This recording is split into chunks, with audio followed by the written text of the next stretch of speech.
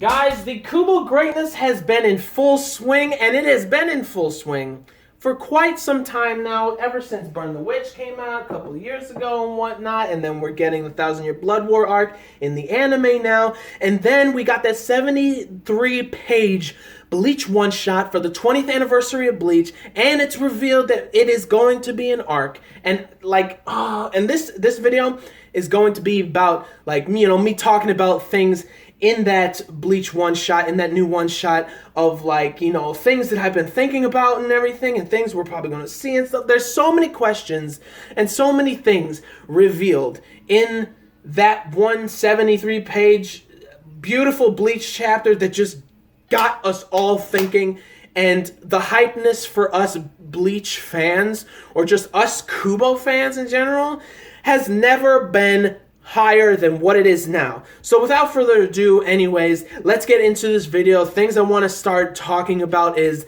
like, the ritual and Yamamoto, his old squad, or not his old squad, but like his old, the OG warriors back in his heyday and whatnot. We're probably going to see them, and we're probably going to see even more backstory of them and Yamamoto and whatnot, because of this ritual that, like, that they do for the captains and stuff, where they kill Howl or kill some ghouls and whatnot, and then all of a sudden, like, it's revealed in the chapter that, like, by Kyoraku, and then also the I forgot his name, but he's like the Arankar scientist. We all know who I'm talking about stuff, but, like, it revealed that this ritual is to send captain class characters, captain class comrades down to hell, soul reapers down to hell. And I'm like, oh, like, that reveal had me shook for a long time. I feel like a lot of us got shook and everything, and it started to make me think also about just Yamamoto. Like, it couldn't have been just a superstition during his era, during his heyday. Maybe the ritual was created during his time or something like that. That very well could be it. Like, I don't know. Like, there's so many questions about the ritual that, like, it seems like the ritual itself is something that seemed like at the time it needed to happen, because, like, there might have not been any other way for them to, like, balance, like, the spiritual energy and whatnot from, like, Soul Society, Hueco Mundo, the Hellverse, and, like, the land of the living, or the world of the living and stuff. Like, that might have been the only way for them to, like, balance out, like, the energy in general and stuff. It's like, it's fucked up, but, like, it might have been, like, the only thing at the time that they could have thought of, or something. Because, again, Yamamoto, like, and Yamamoto's character, his personality is obviously going to be changing when we enter, like, the Hellverse and everything. Because, like, what that Arankar scientist dude said, that, like, the hatred and pain seeps out from your brain and out your ears and shit. Like, insane. And, like, seeing... And we're going to see probably Yamamoto being like that. Like, his personality, obviously, he's going to know all these guys, or all these people, all these comrades, all these old subordinates and stuff. But, like, his personality of, like, anger and hate is probably going to, like, it's going to, like, change completely. Like, his personality is going to be crazy. Like, hold on a second. I need some water. Real quick. So... yeah, that's going to be, like, insane to see that Yamamoto is going to be, like, completely changed, but everybody else and stuff. And obviously we're probably going to see, like, his OG warrior squad again, like, from back in his heyday and stuff. And it's going to be sad and everything. And, like, because, again, it couldn't have just been a superstition for Yamamoto. Like, he had to have known what this ritual actually does and everything. And, and it's like he's gonna understand, but he's gonna hold a lot of hatred and resentment, like, in himself. It's gonna be crazy. It's gonna be insane. So that itself has, like, a lot of questions and stuff, where the ritual came from, like, first started out as and everything. And it's gonna be emotional. Now, another thing I want to talk about is, like, Yamamoto and his Zanpakuto. I started thinking about it, like, even more and more and stuff. Like, is there somehow like when his Zanpakuto, obviously it is the first and most powerful fire Zanpakuto.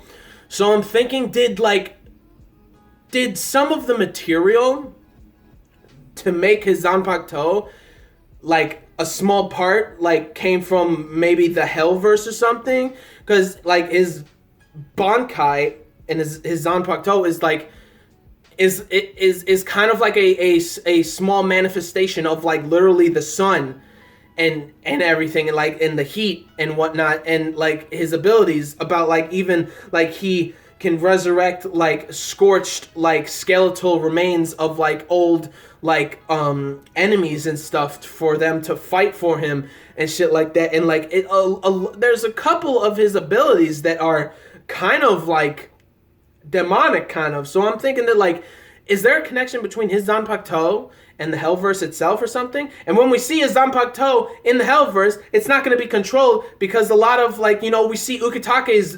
Zanpakuto, like it's the size of a skyscraper. So there's not like, there isn't a control like that they have down there with their Zanpakutos and stuff. And I'm like, what the hell is Yamamoto's Zanpakuto going to be?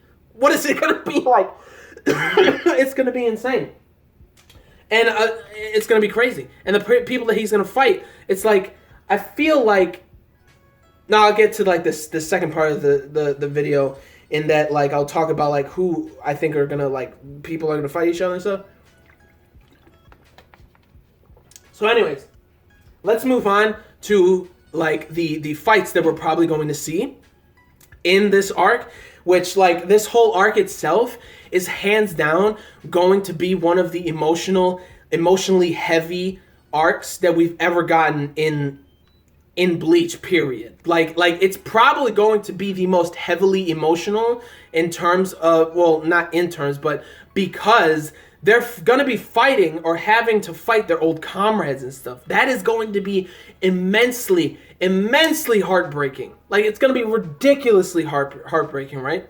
So we're probably going to be, oh my gosh, Ulquiorra, bro. Ulquiorra, he was already a demon. He was already demonic. What the hell is he going to look like now? And what is his personality going to be? Because obviously, like, him being sent down there, or like, because he got killed and everything, he's probably going to be down there, and he is not going to have the same personality of such a cool, calm, and collected and composed person. It's not that, I don't see that happening, like, whatsoever. And what is his resurrection, like, segunda etapa going to look like now? Like, it was already, like, he was already a demon. He was already demonic with like those giant like horn ear looking things, demonic wings, had that tail, had all that fur around him and stuff, and like demonic looking hands and feet. And I'm like, what the hell is he going to look like? What is he going to look like now? And I feel like Ulquiorra, hands down, round 2, Ichigo. They're going to be fighting. Ichigo versus Ulquiorra. It's going to be phenomenal. I feel like Orihime is actually going to be there too, because I have a feeling Kazui is actually down there doing something stupid, because like obviously, you know, people are speculating that gate he opened was a gate to hell, that he sent that guy down there. So what the hell is up with Kazui? What the hell is up with him smiling and stuff, following all these butterflies, these hell butterflies and shit? What's up with the hell butterflies? Are they like partially like spiritual energy from people that were sent down to hell and stuff, and that's why they guide like the soul reapers in there? Like, so many questions. But anyways, let's get back to like the fights and stuff, right? I feel like Ulquiorra is going to fight Ichigo round 2. This is going to be the fight that Ichigo wants to wholeheartedly destroy Ulquiorra and beat Ulquiorra this time. And I feel like there's going to be some sort of closure between all three of them, with like Orihime and Ichigo versing Ulquiorra and everything. And it's going to be good. It's going to be an awesome fight, and I think it's going to be emotional. It's going to be emotional. So now the next fight, I just started thinking about it, like Tosen. I feel like, I'm pretty sure Tosen is down there. He's probably down there. And I feel like Shuhei is probably going to be fighting him, along with, who Is his name Iba or something? But like I feel like that fight is gonna be like 2-on-1 fight or something like that, and it's gonna be kind of emotional. But we already had that emotional like parting during the arc with like Katakura Town with Aizen and stuff, and how Aizen just blew up Tosin, which was just it was insane. But anyways, I feel like Tosin is gonna probably fight like I'm pretty sure he's gonna come back and probably fight Shuhei and Hisagi and somebody else. I don't know exactly who, but he's going to probably fight somebody else, right? So you got them two, right? And now, let's go. Unohana. Bro, the Unohana is going to be so emotional, not because of, like, just Zaraki and Unohana and their sadistic type of love that they have with each other, but also I feel like Isane is going to fight with Zaraki to fight Unohana. Now, I feel like Isane, it's going to be emotional because, you know, Isane is, like, I feel like Unohana's kind of like a mother-daughter type of relationship, or it's like an older sister, younger sister type of relationship when it comes to Isane and stuff. So I feel like that's going to be emotional. And then also, Isane took up the mantle of captain of the 4th Division, which was Unohana's. So she's also going to have to try to show her stuff like to Unohana, saying like, show me what you got, what are you made of, show me your worth to be a captain and stuff. And I feel like that's going to be an epic and emotional fight. Zaraki, Isane versus Unohana. Gonna be amazing. Now, Ukitake, I believe Ukitake is going to be fighting Rukia. Because Rukia took up the mantle of captain of his squad when he passed away and everything. And I feel like it's gonna be the same thing of like, she's gonna show what her worth is to Ukitake. Like, this is my squad now, I need to protect it and everything. And like, she's heartbroken to what like they had to do with like, you know, the ritual and him being sent down there and stuff. It's going to be heartbreaking for her, and at the same time she's going to have to show what she is made of as a captain, why she became captain and everything. I'm ready to see like a more controlled like version of her Bankai, which is going to be phenomenal and fantastic. It's going to be an epic fight. I'm going to love it and everything. It's going to be great. That fight's going to be amazing. Then you got Yamamoto, right? I feel like Yamamoto is going to fight Kyoraku, and mainly because like Kyoraku is the head captain now of all the squads and stuff. So again, he's going to show his worth to fight like while he's fighting Yamamoto and everything, but also it's like emotional because like Yamamoto seemed like kind of like a father figure to Yamamoto or to Kyoraku and everything. So it's going to be emotional in that sense and everything. So like he's probably going to fight Yamamoto, and probably maybe Nanao is going to fight with Kyoraku to fight Yamamoto. There's going to be a couple people fighting probably Yamamoto at the same time. A good amount of people. Because, I mean, it's Yamamoto, right? So I feel like that fight is going to be like very, very emotional. Now, the most emotional fight to me is 100% going to be Gin versus Rangiku. Like that fight, she's going to probably end up being like, thank you for everything that you tried to do for me. And then she's going to say like, I love you. I always did. And I always will and everything. And I'm going to start crying. Like if we get a fight between Rangiku and Gin, and then actually like Rangiku ends up having a Bankai, that's going to be amazing. That's going to be phenomenal. Like I feel like, you know, Rangiku is the voluptuous, you know, Marilyn Monroe like type of character of like Bleach and everything. But I would love to see that like she put in the hard ass work to fight and everything and get a Bankai finally. If we see a Bankai of hers, I'm hella excited and everything. It's gonna look beautiful. I feel like it's gonna look hella sexy too or something, and I'm really excited about it. I feel like it's gonna be some sort of like it's gonna give off the image of maybe a sand like a sand dust constantly moving type of armor on her or something. Maybe could be something like that. Who knows? I just spitballing here. But anyways, like also something quick that I would like to talk about is also that like Gin's like Bankai or his Shikai, when he like releases it for a split second turns to dust. And then Rangiku's blade, like Hinako, also actually just it turns to dust itself and stuff. obviously they're not exactly similar, but like that type of similarity like really like has them like connected like even more towards each other, that they both like loved each other very dearly and stuff, and they also had like that little similarity with their Zanpakuto. So I just wanted to mention that again. That fight is going to be hella emotional. It's going to make me like weep, going to make me cry. It's going to be sad. It's going to be sad. It's going to be heartbreaking. But I'm also like very hyped and excited about it. And all these fights, again, are just going to be so heavily emotional in this arc.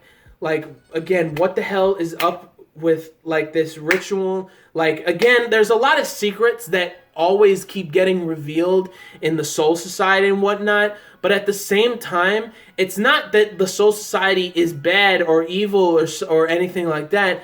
It's just that things are being hidden from the actual people that are working to make the Soul Society better. And like it's heartbreaking and stuff, right? And like it's sad. It's extremely sad. And then there's this ritual, like probably was something that they had to do back then because like they didn't have any other choice. They didn't know any other way to fix the situation of the balance and everything and stuff. So like those are the main fights that I think we're probably going to get and everything. And like I'm just excited. Like again, Ulquiorra versus Ichigo and Orihime. I'm pretty damn sure that that's going to happen and everything. We got probably Tosen's going to be down there and they're going to fight Tosen and whatnot.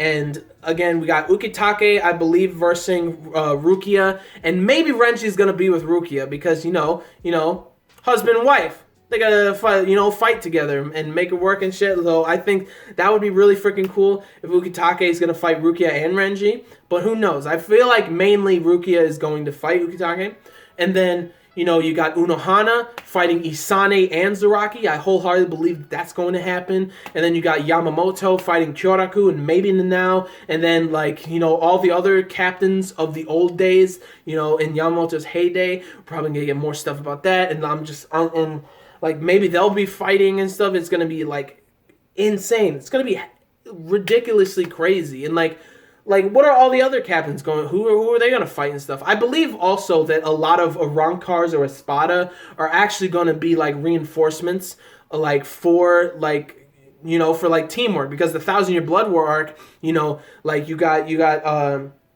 Kisuke bringing in Grimmjow and Nell and whatnot. So it's they're probably going to need all those Espada and stuff, like Haribel, Grimmjow, Nell, and all the surviving Espada and stuff to, for reinforcement and stuff. I believe we're going to see those. I believe we're going to see a lot of, probably a couple more full brings, coming back and stuff, like Ruka and stuff like that. They're probably going to end up coming back and stuff to help fight. And I feel like it's going to be a massive, all-out war in the Hellverse. And who the hell is the Warden of Hell? Who is that? Who the hell is that? Is that Kazui's master? That would be insane. But anyways, yeah, those are the fights in general that I wanted to talk about. Now, let's get into, what the hell is Kazui doing? It seems like this whole chapter, he seemed, very oddly happy or, not even concerned about anything. And I feel like he's accidentally going to be, trapped in hell or something. And then Orihime is going to go with Ichigo to try and get him, back or something. It's going to be, really awesome, husband-wife getting their child back. It's going to be really cool. What's up with Kazui? Why is he following these butterflies like they're nothing and stuff, he's all happy and stuff? And, and what's up with his ability with the koi fish and everything? I don't know what's going on there. I want to know what the hell is going on with that. I'm just hyped and excited about that. Ichigo's adorable and stuff. And, where the hell is Yohabak? Where the hell is Aizen? Is Aizen Kazui's master? People were saying that and stuff. And I don't know. There's nothing out of the realm of possibility of Aizen, so maybe all along it wasn't actually Ichigo that Aizen wanted, but actually Ichigo's future child and stuff, and that's why maybe he took Orihime, so then Ichigo can go get her and their bond will end up being stronger, so then they actually do have a kid and stuff. It's nothing out of the realm of possibility for Aizen, in general, that he would have a second plan in case that he actually did fail with the Hyogoku, the Hogyoku and stuff. Who the hell knows? It's gonna be, it's insane. Again, where's Joabak's body? Because he was the soul. He was the next Soul King to keep the balance of like Soul Society and like from crumbling and stuff. But he disappeared. But the Soul Society is not crumbling. So what the hell's going on? I don't know what's going on. It's insane. Like there's a lot of questions and a lot of revelations, but a lot more questions that like you're not mad at. You just like to talk about. So I'm hyped and excited. And probably later on, because I'm so hyped about Bleach right now, probably going to make a couple more videos of just random stuff, like my favorite Bankai, my favorite Zanpakuto toes and stuff. Maybe. Who knows? But anyways, that's the end of this video. What do you guys think about everything that I said? Comment down below on your thoughts about like the fights that I was talking about, everything with Yamamoto, what's up with Kazui, Aizen, Johabak, everybody, what's going on there. Leave down in the comments your thoughts. Subscribe to the channel for more reviews, vlogs, unboxings, live reactions, theory discussion videos, things like that. So gentlemen, stay classy, ladies, stay sassy, but most importantly, everybody, you guys stay a little nasty, alright? So peace and love, and I'll see y'all later in the next video. Peace out. May the force be with you always. Plus Ultra, locked home. I'm hyped. Bleach greatness, Tite Kubo greatness, continuing with a new arc. I'm excited, and I know all of you are. Peace out, guys, and I'll see you guys later with more Bleach videos.